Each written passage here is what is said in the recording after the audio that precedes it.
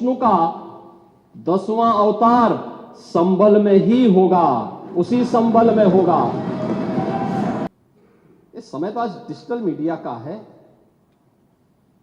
वहां का पठान, वहां का शेख सब कह रहे साहब हमारे पूर्वज तो हिंदू थे और आप भी, आपके पूर्वज भी हिंदू थे। क्या ये सच नहीं है? और क्या ये सच नहीं है कि देशी और विदेशी मुसलमानों की आपसी भिड़ंत है जो वर्षों की लड़ाई को लेकर के वहां चल रहा है?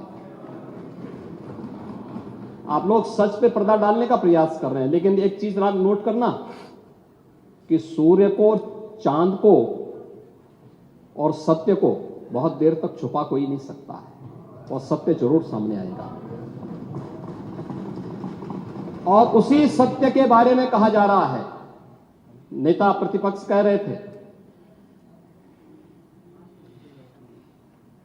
कि वहां की स्थिति ऐसी है कि अगर मंदिर आ भी जाएगा, मंदिर बन जाएगा। मैं कहता हूं, ये तो बाबरनामा भी कहता है कि हर मंदिर को तोड़ करके एक ढांचा खड़ा किया गया।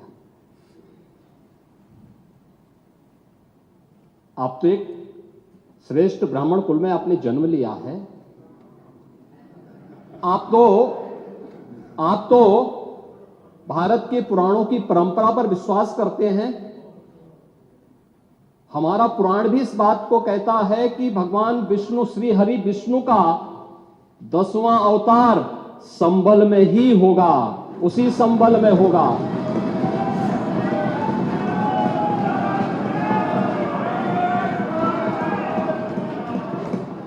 और यह तो केवल सर्वे की बात थी।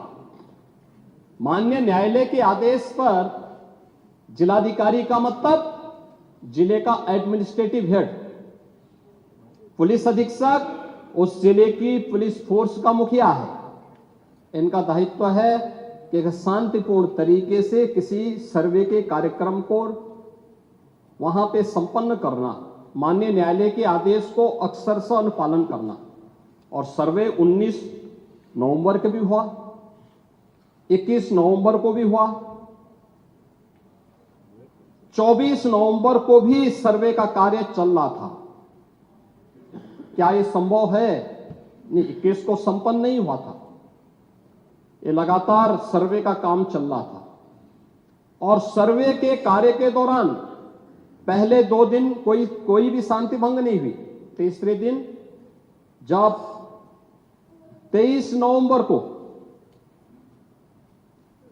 जुमे की नमाज के पहले और जुमे की नमाज के दौरान जिस प्रकार की तकरीरें दी गई, उन तकरीरों के बाद माहौल खराब हुआ और फिर उसके बाद जिस प्रकार की स्थितियां की गई थी वो सबके सामने थी। और इसलिए मैं कह रहा हूं, हमारी सरकार ने तो पहले ही कहा कि हम जुडिशियल कमीशन बनाएंगे। ये एक्ट के अंतर्गत ही इस कमीशन बना हुआ है। माननीय सदन में उसकी रिपोर्ट भी आएगी। दूध का दूध और पानी का पानी सबके सामने आएगा। मैं केवल एक बात कहना चाहता हूं कि अगर संभल के बारे में हम जब बात करते हैं महोदय, एक लंबा सिलसिला है इस संभल का। और अगर मैं संभल की जब चर्चा करता हूं तो संभल में कैसे माहौल खराब किया गया वहां पे। ये संभल में दंगों का जो इतिहास है 1947 से ही प्रारंभ होता है। 1947 में एक मौत होती है। 1948 में 6 लोग मारे जाते हैं। 1958 में भी दंगा होता है, 1962 में भी दंगा होता है, 1976 में भी 5 लोगों की मौत वहां पर हुई थी। और 1978 में 184 हिंदुओं को सामूहिक रूप से जला दिया गया था। 184 हिंदुओं को हत्या हुई थी, हिंदुओं की हत्या हुई थी और जलाया भी गया था। और 184 हिंदू मारे गए थे वहां, 184। मैं वही तो कह रहा हूं ना, आप उस सच को स्वीकार नहीं करेंगे, आप उस सच्चाई को स्वीकार नहीं करेंगे। और लगातार कई महीनों तक वहां कर्फ्यू था। 1980 में फिर दंगा हुआ था, एक मृत्यु हुई। 1982 में फिर दंगा हुआ, एक मृत्यु हुई। 1986 में 4 लोग मारे गए और 1990 फिर 1992 में 5 मौतें हुई, 1996 में 2 मौतें हुई।